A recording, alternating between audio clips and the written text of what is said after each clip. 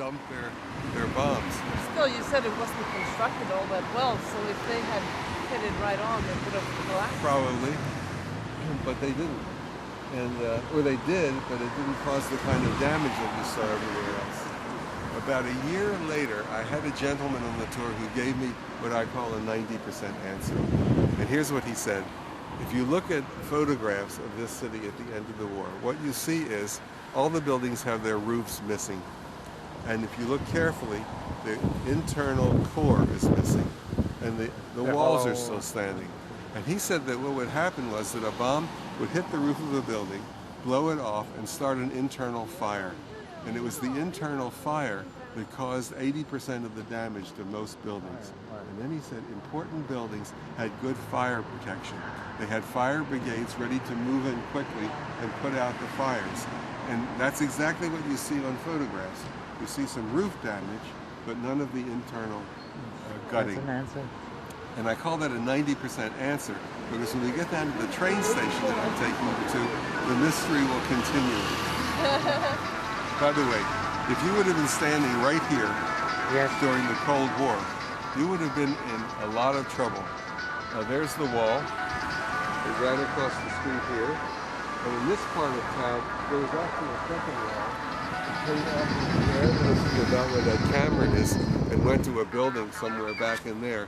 So you would have been between two walls. This was the death strip. Not a very healthy place. There would be guards standing on the wall, so what would it? Let's get across here before the draft. What did you say? So there would be guards standing and literally shoot you. Oh, ran yeah. over Oh. They had the watchtowers. They had everything. They had watchtowers, they had dogs, they had electrical wires, they Mines. had mines. And they kept improving it. They constantly were improving it, making it better, making it more here in Berlin. Not more than that. Here in Berlin. Yeah, and the rest of Germany. I don't know about the rest of the country, but thousands, I'm sure. And look, it was.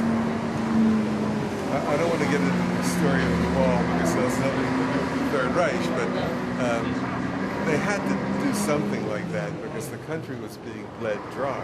People were being educated free in their universities, and then they were leaving to go to the West to earn their fortunes, and they were having a total drained brain. They couldn't. I mean, people. I think it was something like 10,000 a week were going over into the West. They just couldn't put up with that any longer. Did they have to pay for the education in West Germany? No. Oh, in West Germany. Yeah. To go to... A little bit, but not much. I think 500 marks back then. I mean, nothing. So we're at the corner here of Wilhelmstrasse, and this little street behind me is called Niederkirchnerstrasse.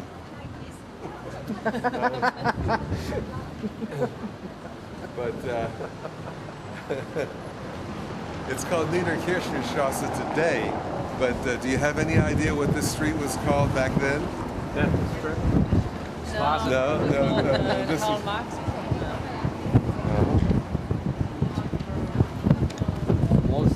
This was Prince Albrechtstrasse. Oh. And if you were brought in particular to number 9 Prince Albrechtstrasse during the years 33 to 45, you were in big time trouble. I'll explain that in a little bit. Let me tell you a little bit about Niederkirchner. I just found out who she was. She was a woman. She was a communist. And in 1933, when the Nazis came to power, she left Berlin and she went to Moscow. And she volunteered to become a spy for the Soviet Union. So she was trained as a Russian spy. And in 1942, she was parachuted back into Nazi Germany, almost immediately arrested. They brought her here to the Gestapo headquarters. They tortured her for a while, and then they took her out to Ravensbrück concentration camp, which was a women's camp not far from here, and she was murdered there. So that's why it's named for her today. But back to the story. I told you that as soon as the Nazis were running the show here, all the big shots came to Berlin, all looking for office space. Heinrich Himmler had been to several conferences at a little hotel that sat right across the street here. Yeah. It was called the Prince Albert Hotel. And it looked like this. Yeah.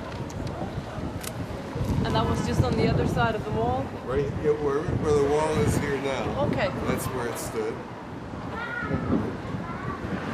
So he took over this building in 1933, made it the headquarters for the Schutzstaffel, the SS. If you look down the street, that building is a museum. It was a museum before the Third Reich. And between the museum and this little hotel, there was a deserted university building. It was actually an art school in 1933. I told you that Göring is wearing 3 hats. One of them is that he's the head of the Prussian police force. And in that capacity in 1933, he took out a lease on that deserted art school, and he made it the headquarters for the Geheim Staatspolizei, the Gestapo. So you had the Gestapo down the street in... Was that number 9? This is number 9. Yeah. In this building. And that's the museum you see down, Right. the one down there. Yes. So you had the Gestapo down here. You had the SS right here. Yeah. And if you could have jumped over that little hotel, there was a small palace back there that looked out on Wilhelmstrasse. Himmler's #1 henchman was a man named Reinhard Heydrich.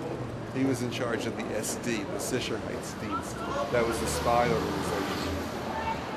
He took over that little palace and made that his headquarters. So I think of these 3 buildings as a triangle, and I think of them as the geographic part of the Nazi reign of terror.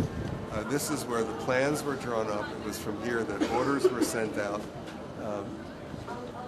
It was this geographic location from which the Nazis first terrorized any of their own citizens who were in opposition to them, then their Jewish population, and ultimately all of Europe. So let's get back to the story a little bit more. I want to talk some about each of the organizations because there's very often confusion about that. So I'll tell you that from its very beginnings, the Nazi Party always had a paramilitary wing. That was the brown shirts, the SD. These were I think of them as thugs with no brains. They fought the communists in the streets of German cities in the late 20s, early 30s. They were the ones who enforced the pogroms against the Jewish citizens here in Germany.